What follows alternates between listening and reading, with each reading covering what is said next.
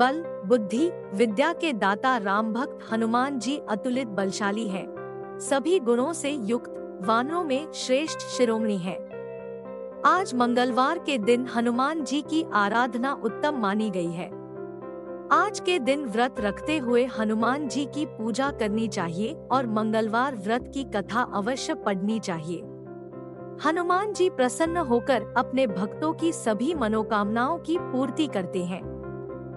आइए जानते हैं मंगलवार व्रत की कथा के बारे में।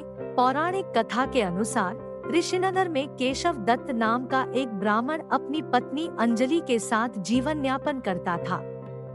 वह धनी व्यक्ति था। उसे संपत्ति की कोई कमी नहीं थी। सभी लोग उस ब्राह्मण का सम्मान करते थे।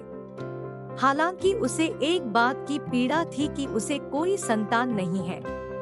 केशव दत्त तथा अंजलि हनुमान जी की आराधना करते थे। वे दोनों मंगलवार का व्रत विधि पूर्वक करते थे।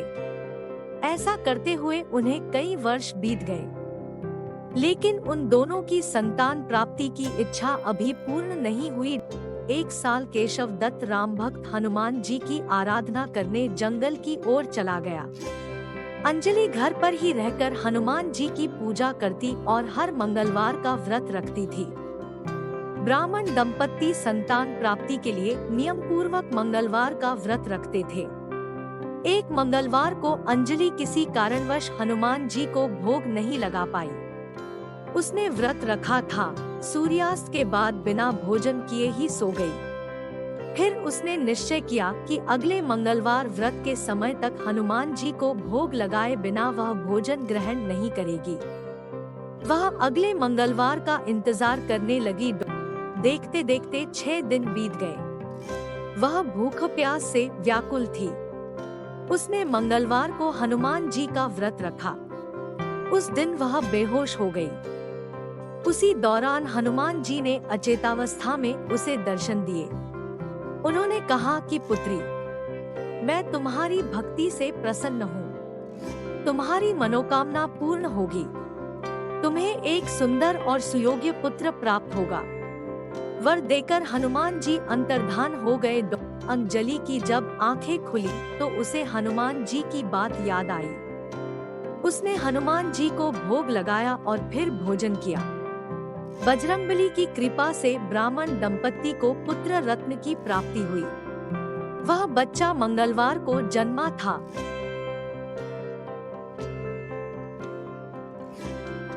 इसलिए उसका नाम मंगल प्रसाद रखा गया। केशव दत्त भी घर आ गया। उसने बालक के बारे में पूछा तो पत्नी ने सभी बात उसे बताई, लेकिन उसे पत्नी पर विश्वास न था। उसे लगा कि उसकी पत्नी ने उसके साथ धोखा किया है। वह झूठ बोल रही है। केशव दत्त ने उस बालक की हत्या की योजना बनाई। योजना के अनुसार एक दिन केशव दत्त बच्चे को नहलाने के लिए कुएं पर ले गया। फिर उसे मौका देखकर कुएं में फेंक दिया। घर आकर कहने लगा कि मंगल प्रसाद तो उसके पास गया ही नहीं। वह अभी इतना ही कहा था, तब तक मंगल प्रसाद दौड़ता हुआ वहां पर आ गया। यह देखकर केशव दत्त हैरान रह गया। यह देखकर केशव दत्त हैरान रह गया। फिर उस रात हनुमान जी ने केशव दत्त को स्वप्न में दर्शन दिए। उन्होंने ब्राह्मण से कहा कि यह पुत्र तुम्हारा है। तुम दोनों के मंगलवार व्रत से प्रसन्न होकर मैंने यह आशीर्वाद दिया था। पत्नी पर शक न करो।